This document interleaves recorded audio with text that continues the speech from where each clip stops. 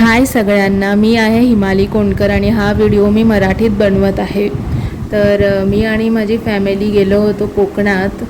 तर पहिले आम्ही रवळनाथाला गेलो। हा रवळनाथ देव आहे जो आमचा ग्रामदैवत आहे। तिथे आम्ही अभिषेक केला आणि ब्लेसिंग्स घेतले। त्याच्यानंतर आम्ही आमच्या कुलदैवतेला गेलो, तारा आई जी कोकणात आहे, आणि तिथे आम्ही पूजा केली, अभिषेक केला आणि त्यानंतर आशीर्वाद घेतला, ओटी भरली, सगळं काही केलं। आपण बघू शकता पंडितजी अभिषेक करत आहेत देवीला। आणि हो, आम्ही ब्राह्मण असल्या कारणाने आमचं हे कुलदैवत आहे।